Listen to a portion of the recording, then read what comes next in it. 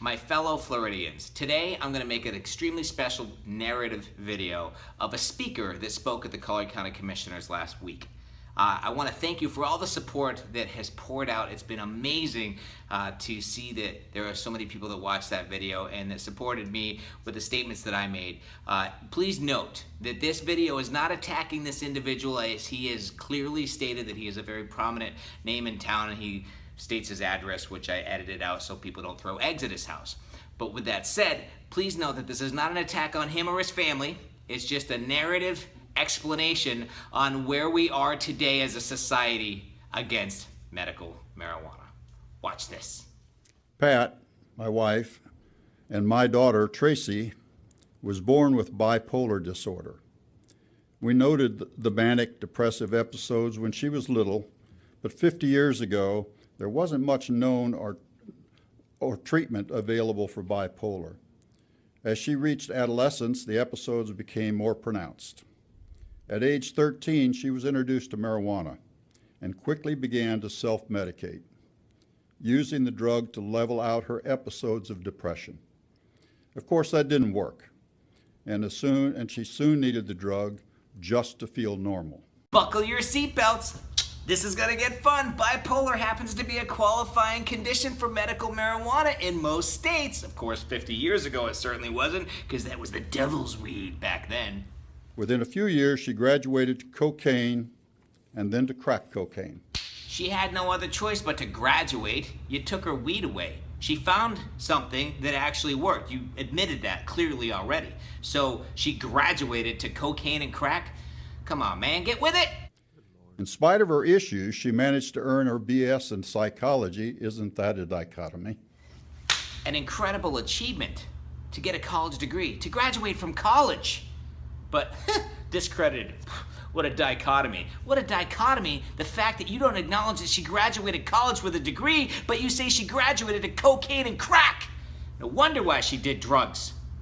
From Auburn University, married to also a cocaine user, 2 sons, Matthew and Brock. Addicted moms don't make very good parents. Here's a quick reminder. You took her weed away. Remember, you already admitted that she found the one drug, which is a plant that grows out of the ground. She found the one drug that worked for her, and she self-medicated, but it was stripped away from her, so therefore she graduated to cocaine and smoking crack. And amazingly enough, she found somebody else to get married to that was into cocaine. Sounds like she grew up in the 80s or 90s. But hey, again, there's no compassion. We've completely stripped her away from her accomplishments because she never graduated college. She graduated into cocaine and she got married and she had kids. Let me see you squeeze a baby out. Matthew and Brock followed in their mother's footsteps, started with marijuana at ages 12, 13, and they are now 26 and 28, and both are heroin addicts. Hey, doesn't this sound familiar? Sounds like Matthew and Broderick self-medicated with an all-natural alternative to synthetic medicine, and somebody with authority said, no, you cannot do this. You cannot smoke marijuana. It will kill you. It's the devil's weed. When in fact, marijuana's killed nobody. The only way you can die of marijuana is if a pound falls on your head. But they got taken to the doctor, and they said, hey, doc, you need to fix my kid because my kid's a drug addict. His mom was a cocaine addict, crack addict. You already admitted all that, and she's never accomplished anything in life. But their mom's a drug addict, so therefore they're going to be a drug addict. So load them up with some pills. So they get prescribed with benzos, they prescribe them with opiates, and all of a sudden they lead it to heroin because that $10 bag of heroin doesn't seem like a bad idea when you load it up on all these heavily physically addicted drugs where you start to itch and scratch and you just can't get over it. So that's really what happened. Are we waking up yet? Are we waking up yet? Countless stints in treatment for all 3 at the cost of tens of thousands of dollars, all with jail terms along the way for items such as shoplifting and dealing drugs. Good people gone awry. Sounds like somebody validated what I said in the last skit, was that, hey, these kids were medicated. Is that not what just happened? Oh, but I did hear something. I heard something that he said positive. Good people gone awry. Positive. You did say something positive, I think. Why am I sharing this personal story, and what does it have to do with the issue of marijuana distribution centers? First, my story isn't unique. My story is one that's shared by millions of families in this country right now, some probably in this room. sorry, that was a mosquito from the land of hypocrisy. The millions of people that you're talking about, the millions of families that you're talking about, are the ones that don't know. They don't know that the medicinal benefits of marijuana. They don't know. The only thing they know is all the propaganda that was drilled inside their head and the stigma that they have inside their head that marijuana is bad and the synthetic medicine that's made in a lab is good and the drugs that these doctors are prescribing people are good. You see, those are the millions of people, and those are the people that fall victim. Oh, by the way, victim, that's coming up next. Second, please don't suggest to me that that drug use is a victimless crime. I'm a victim. My wife is a victim. And we didn't have we had no part in the decision of anybody using drugs, but I want to tell you, we're victims. Victim. Very powerful word. When I think of the word victim, or somebody who is a victim, I think of somebody who was on the top floor of the World Trade Center when the planes hit it. I think of the mom with the kids that was driving on the highway when a drunk driver fell asleep, veered over, and hit them head on. Those people are victims.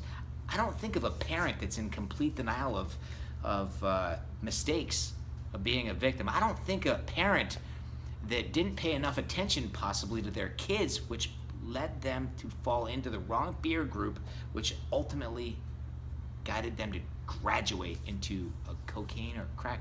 Maybe the kids are victims. I don't know. Victim is such a powerful word that I don't think is appropriate in this particular situation. But I'm biased. Third, don't tell me that marijuana is not a gateway drug. I know better. I have personal experience that has seen how it progresses from marijuana to cocaine, from marijuana through opiates to heroin. No one's telling you because clearly you know exactly what you're doing and you know what's going on. No, I'm going to tell you that marijuana does not lead to any of that stuff. In fact, if you didn't take the marijuana away, then the other stuff would have never come into the picture. We sprinkle in our community with marijuana dispensing facilities. We don't know how many.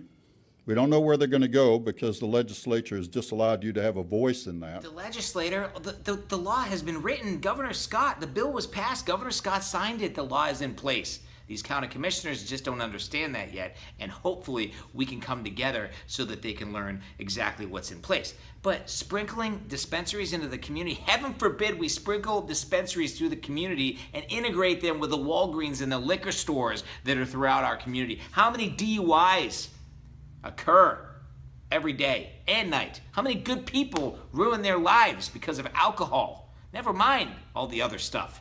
Alcohol. But we have no problem sprinkling those on every street corner. Why can't we have one or two dispensaries that's going to dispense an all-natural alternative to synthetic medicine that has killed nobody and healed so many people?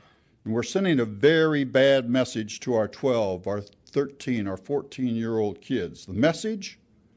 Marijuana must not be that harmful. They are selling it as medicine in the shop right down the street from my home and only 500 feet from my school. Bad message, commissioners. Yeah, because the kids that are 12 and 13 years old are going to put their Snapchat, their Facebook, and their video games down, and they're going to say, hey, let's talk about distribution centers and dispensaries. No, what they're going to do, though, is they're going to get on the internet and they're going to see that there's incredible medicinal benefits for all sorts of types of conditions that are debilitating for children, adults, and elderly. Heaven forbid that one of those children is a bipolar daughter of a prominent family here in town, and heaven forbid that that prominent family makes the decision to say, hey, I'm going to get my daughter diagnosed and I'm going to get her recommended and a medical marijuana certification, and it's going to fill the void, give her the healing aspects and medicinal aspects of medical marijuana, and cause her to live a long, vibrant life without becoming a drug addict. Heaven forbid that that happens. Cancer cures nothing. There's not one single thing that that marijuana cures. You're right, cancer doesn't cure anything. But if you live under a rock and in the 50s and you're in complete denial of reality, you will also deny the fact that marijuana actually attacks cancer cells. If you Google it, you can learn that. It's pretty easily. It's marijuana 101. It actually attacks cancer cells, which is why Big Pharma doesn't want it in the market. But you're right, cancer cures nothing.